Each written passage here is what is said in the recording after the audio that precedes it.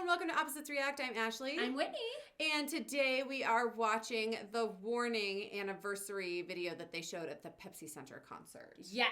And don't worry, everyone. Our other sister will be coming at some point soon, but we wanted to make sure. We just didn't arrange for her to come today, and we were like, oh my gosh, we haven't done Warning in forever, and we need to make sure that we get another Warning video out. So we didn't arrange for our other sister to be here today, but we were like, we're not going to skip it.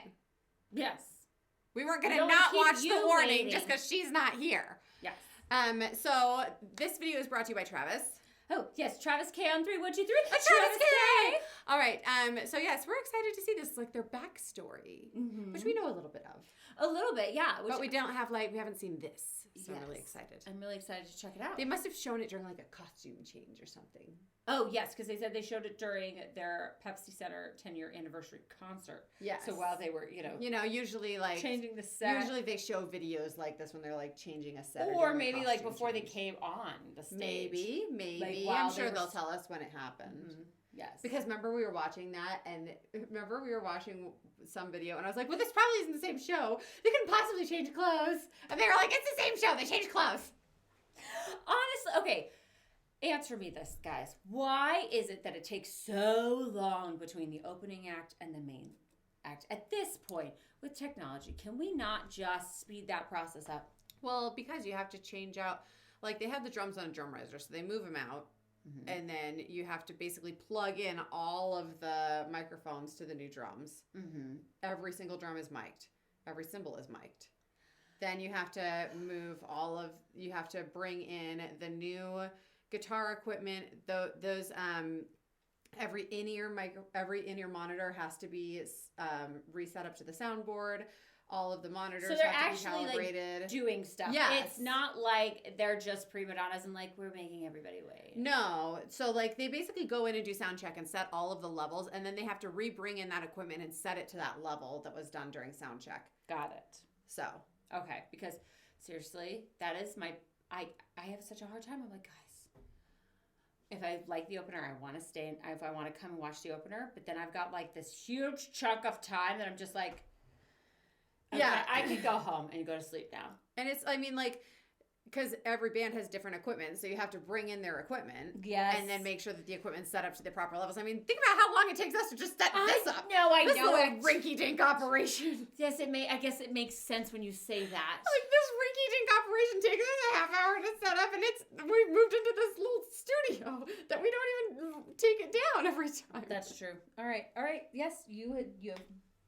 There we go. Now you can not be so frustrated in between acts. Yes. All right, let's watch the video.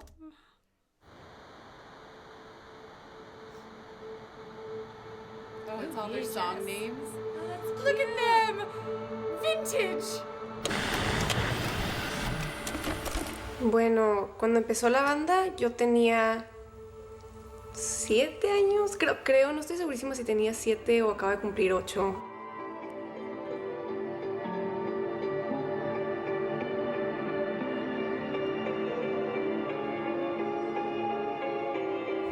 Qué cañón. Sí, cuando veo fotos y todo es de que era una bebé. ¿Qué onda?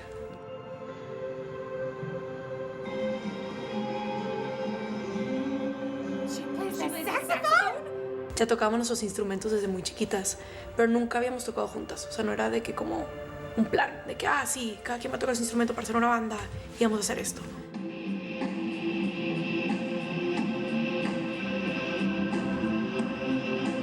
Nada era importante, nada era... O sea, era solo diversión, ¿no? Poder hacerlo juntas yo creo que fue lo más divertido, ya que todas estábamos chiquitas y sí, así empezamos a tocar juntas. Pues ahí fue en donde como nació esta idea de seguir haciendo música juntas. Yo creo que ya fue un cambio bien cañón el empezar a tocar en vivo y el empezar a notar que gente nos conocía y quería conocer más de nuestra música y de nosotras. ¿Qué tienes? ¿Qué haces? ¿Qué eres? ¿Qué soy? Todo ese año, todos mis 14 años fueron un momento muy fuerte como que de la banda y en empezar a tomarnos en serio de que ok, ahora esto es mi trabajo.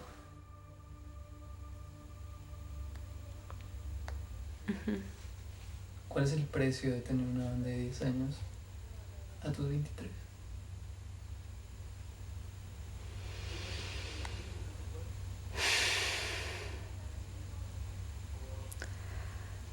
El precio.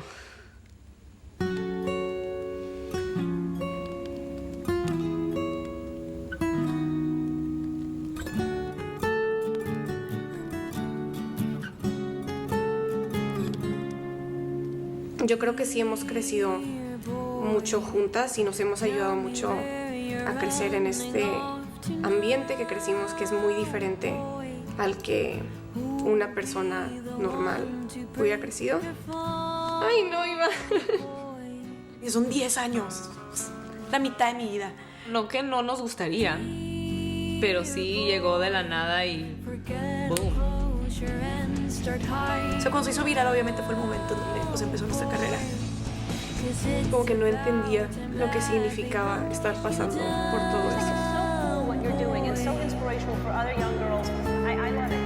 Ese fue el momento en donde nosotras como oficialmente empezamos a trabajar. Y no le tengo resentimiento, pero sí me puedo acordar de Dani chiquita con mucho miedo. Es algo cansado, pero también el poder hacerlo con mis hermanas, hacerlo con mis papás, con el equipo que tenemos. O sea, realmente todos son como familia. No me puedo imaginar haciendo esto sola, ni de chiste. Pero Dios, ha estado increíble. He vivido cosas que jamás pensé que iba a vivir. Tengo tantas más por vivir y todo con gente que quiero muchísimo. Por más increíble o pesado que sea, lo puedo hacer con mi familia.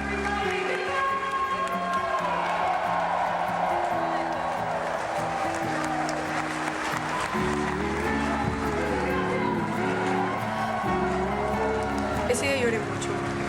Ya no era, estamos haciendo covers, somos una banda de covers. Estamos sacando nuestro disco. Tipo, iba creciendo nuestro equipo. Híjole, no soy solo yo. También es Rudy, también es Carlos, también es Lalo. Y ya no me acuerdo cómo llegó a que la gente empezó a siquiera querer vernos tocar en vivo. En esos momentos estás tan en automático que de repente me veo tocar y digo, ¿cómo sé hacer eso? ¿A qué hora aprendimos eso? A través de los años empezamos a tocar todavía más. Tuvimos experiencias muy chidas abriéndole a gente muy importante. ¿Cómo fregados llegamos a esos momentos? Es una oportunidad así, one in a million, que no entiendo cómo estuvimos ahí. Obviamente yo vi ese performance 10,000 veces que no podía creer que éramos nosotras. Yo creo que lo que yo considero el momento más importante de nuestra carrera fue abrir la Muse. Es impresionante ver tanta gente en un lugar. ¿En qué momento? ¿En qué momento? Es demasiada gente. Ver ese cambio en el crecimiento de nuestro público, no solo en nuestro país, pero mundialmente. Estamos a 50 días de que nos fuimos de casa y a punto de tocar el estadio más grande que hemos tocado en nuestras carreras. Está bien raro pensar que llevamos 10 años haciendo esto, porque estoy diciendo que apenas vamos empezando. ¡Qué cañón poder ser parte de historia! Eso es lo que somos, familia. De eso se trata nuestro trabajo. Eso soy nosotras. No hay manera de describir ese momento. Aprendí demasiado, crecí demasiado. Y si esto nos está pasando ahorita, ¿qué nos va a traer el futuro?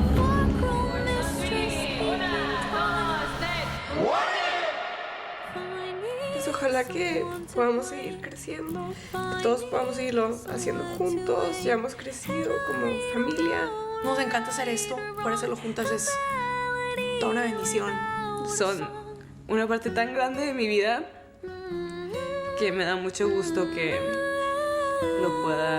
lo pude haber hecho estos 10 años y que lo puedo hacer por muchos más.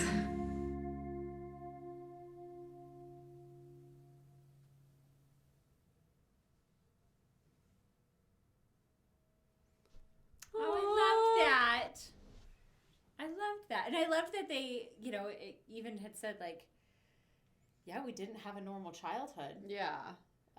And it just kind of something that we started, just playing our instruments and It crept up on us. Yeah, and then it just, wow, wait, this is our job. Yeah. Like it went from like, oh yeah, we just do this for fun to like, oh, this is a job now. Yeah. Like that went viral and that started our career and like they just didn't realize like, oh, we're not gonna have a childhood anymore. It just kind of like it just happened. Yeah. And they like, like, because that's the thing is it's like they didn't set out to like, we're gonna be rock stars. It's just kind of like, oh, okay, this is happening. I guess this is what we're doing now. Like, which it's like they didn't necessarily like. It's kind of interesting because it's like you look at some people and you're like, you signed up for this. And it's like they kind of didn't, but they just kind of went with it. But yeah, they obviously have some sort of they have a love for it, right? But I think that I love that they. It seems like they're really loving being as a family.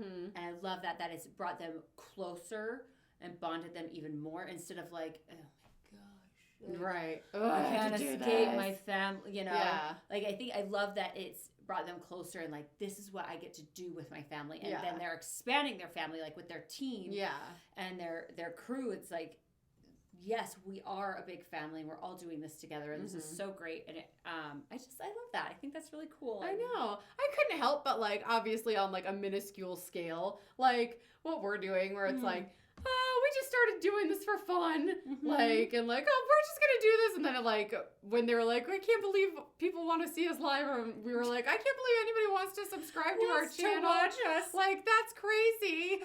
Like, and like we've only started like 6 months ago and it's like kind of taken off faster than we thought. And it was like, okay, but like, here we are. Well, think about that. Okay, so think about that. All the things that we've kind of learned and had to adjust along the way with our natural personalities being extra, right? And then with them, how much, they've had to learn drinking from a fire hose, like, and especially as children. But then think about their parents. Right, exactly. Who I'm assuming are kind of guiding the ship. Yeah. Then, think about the mental like, anguish. All right, what are we doing? Are we doing the right thing? Are we doing too much? Are we doing enough? The just fear all of it going away, but wanting to maintain, a healthy path. Oh my gosh! Yes. Wow. Yeah, it's crazy all the struggle their parents must go through on like, okay, like, did we do the right thing? Is this what we, is this what our kids want? Did we sacrifice their childhood for this? Or you know what I mean? Like, yeah, all of the like what ifs that their parents must go through. Right. Even now, their kids are adults, but they still probably are like, oh my gosh, like. Yes, is this going to come back? Well, and it's like, there's a lot of things that like a lot of struggle where it's like, once you're in that position and there's the pressure of, okay, now I'm responsible for the employment of a bunch of people. You know what I mean? So it's like they now as young adults have this pressure of like, I have this entire community that relies on me to survive. I do like what they said in that Truth or Drink video that we watched that they're because I know as a parent that it's like, okay, I'm getting you into an environment that is notorious for, drug abuse, like substance abuse, and all kinds of, reckless behavior. There's a big risk with that. But I love that they had said, yeah, we are changing. We want to change the landscape and how like it is to be a rock star. Yes. And I love that and how good job, parents. Good job, parents. Seriously, like that because talk about the mental anguish of like, oh my gosh, I'm going to drop my kids into basically a pit of lava. Yes. And how amazing that they have just their light has cast out the darkness. Yes. Yes, I love that. Thank you so much for sharing this video with us, Travis. We're so grateful for that. Yeah, it was super fun to watch. Yeah, it was awesome. So like and subscribe, guys. We'll see you next time. See ya.